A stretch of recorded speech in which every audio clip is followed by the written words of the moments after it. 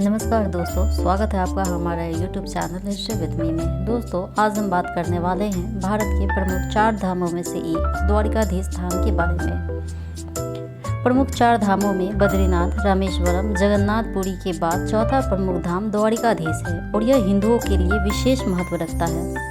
हिंदुओं द्वारा यह माना जाता है कि यह नगर भगवान कृष्ण का बसाया था। द्वारिकाधीश धाम भारत के गुजरात राज्य के द्वारिका शहर में स्थित है। यह शहर गुजरात के जिले जामनगर में पड़ता है, जो भारत के पश्चिम तट पर अरब सागर के किनारे स्थित है। द्वारिका नगरी भारत के 7 प्राचीन पौराणिक स्थलों में से एक है, जिसके साथ हिंदुओं के देवता भगवान विष्णु और कृष्ण की कथाएं जुड़ी हुई हैं। ऐसा माना जाता है कि जब इस जगह पर भगवान कृष्ण की सत्ता के अलावा विष्णु ने शंखासुर नाम के राक्षस का वध किया था। कई हिंदू पुराणों में ऐसी मान्यता है कि इसी पवित्र स्थान पर नागेश्वर महादेव नाम का एक शिवलिंग स्थित है, जिसे भगवान शिव के 12 ज्योतिर्लिंगों में से एक माना जाता है।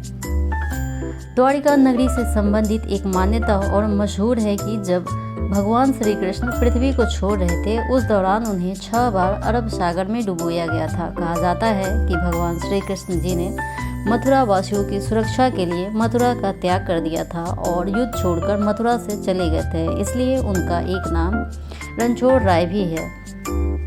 मथुरा त्याग करने के बाद भगवान श्री कृष्ण द्वारिका आए और यहीं पर अपना नगरी की स्थापना की। कहा जाता है कि जब मथुरा में भगवान कृष्ण और उनके मामा कंस के बीच युद्ध शुरू हुआ, इस दौरान भगवान श्री कृष्ण ने मथुरा वासियों को कंस के क्रूर शासन से मुक्त करने के लिए उनका वध कर दिया था।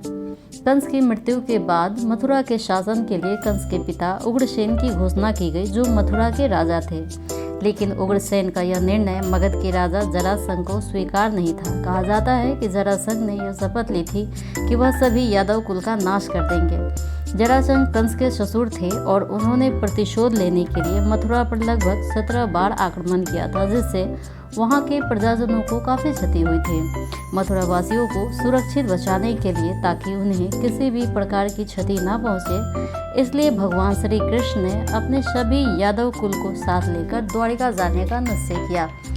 हिंदू पुराणों के अनुसार भगवान श्री कृष्ण के आग्रह पर भगवान विश्वकर्मा ने गोमती नदी के तट पर समुद्र के किनारे एक टुकड़े को प्राप्त करके इस शहर का निर्माण किया था। कहा जाता है कि भगवान श्री कृष्ण की आज्ञा पाकर केवल एक रात्रि में ही विश्वकर्मा जी द्वारा इस भव्य नगरी का निर्माण किया गया था। उस समय यह द्वारिका नगरी स्वर्ण नगरी के नाम से जानी जाती थी, क्योंकि उस काल के दौरान अपनी धन और समृद्धि के कारण यहाँ स्वर्ण का दरवाजा लगा हुआ था। द्वारिका नगरी से जुड़ा हुआ एक इतिहास और भी है। ऐसा माना जाता है कि सतयुग में महाराज रैवत ने समुद्र के किनारे इसी स्थान पर कुश बिछाकर कई यज्ञ किए थे।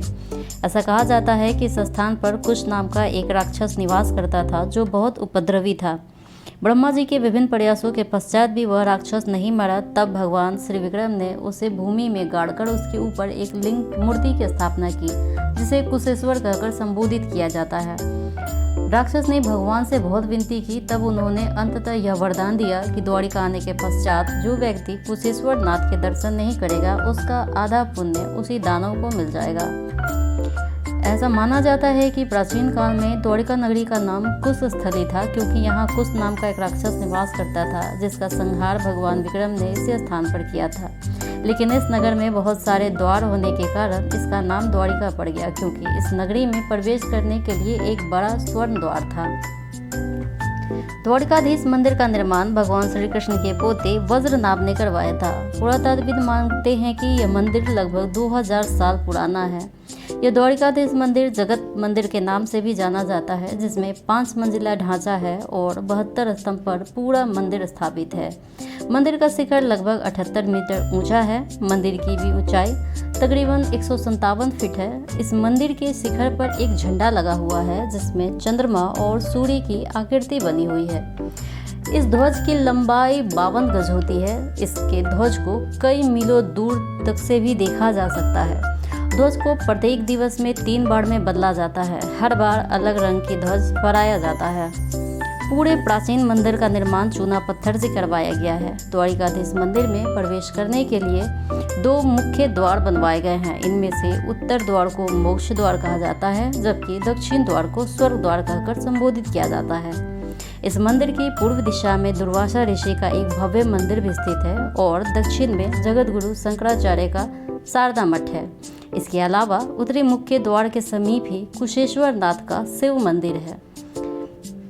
कुशेश्वर नाथ के शिव मंदिर के दर्शन के बिना द्वारिका धाम का तीर्थ पूरा नहीं होता है। कई हिंदू पुराणों में यह मान्यता दी जाती है कि द्वारिका नगरी को भगवान श्री कृष्ण द्वारा भूमि के एक टुकड़े पर बनाया गया था, जो समुद्र से प्राप्त किया गया था। कहा जाता है कि एक बार महर्षि दुर्वासा भगवान श्री कृष्ण और देवी रुक्मणी के दर्शन करने द्वारिका नगरी आए और उनका दर्शन करने के पश्चात उन्होंने उनके निवास पर चलने का उनसे अनुरोध किया। महर्षि दुर्वासा का अनुरोध स्वीकार कर भगवान श्री कृष्ण और रुक्मणी उनके निवास स्थान की ओर जाने लगे, लेकिन बीच में ही रुक्मणी को प्यास लग गई।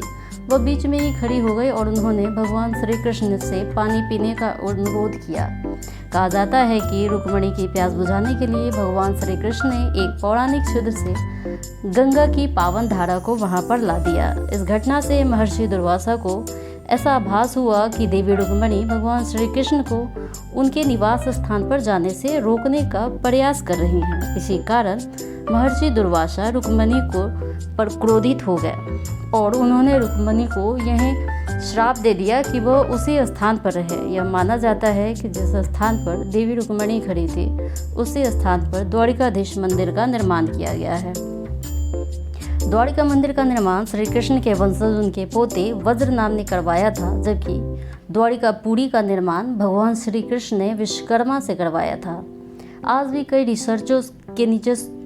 रिसर्चों से समुद्र के नीचे द्वारिका नगरी के विभिन्न अवशेष मिलते हैं, जिन पर लगातार शोध जारी है। कहा जाता है कि भगवान श्री कृष्ण अपने 18 कुल बंधुओं के साथ द्वारिका चले गए, जिसके पश्चात उन्होंने 36 वर्ष यहाँ पर राज्य किया। तत्पश्चात उनकी मृत्यु हो गई। ऐसा माना जाता है कि महाभारत में पांडव पक्ष का समर्थन करने के कारण समस्त कौरवों का नाश हो गया था, जिससे क्रोधित होकर कौरवों की माता गांधारी ने महाभारत युद्ध के पश्चात श्री कृष्ण को यह श्राप दिया था कि जिस तरह उनके कौरव कुल का नाश हुआ था, ठीक उसी प्रकार भगवान श्री कृष्ण के कुल का भी विनाश हो जाएगा। यही कारण है कि उनके सभी यदुवंशी कुल की समाप्ति के पश्चात द्वारिका नगरी समुद्र में डूब गई। तो उम्मीद करते हैं आपको हमारा आज का ये वीडियो ज़रूर पसंद आया होगा। अगर वीडियो अच्छा लगा हो तो कृपया चैनल को लाइक सब्सक्राइब करना ना भूलें।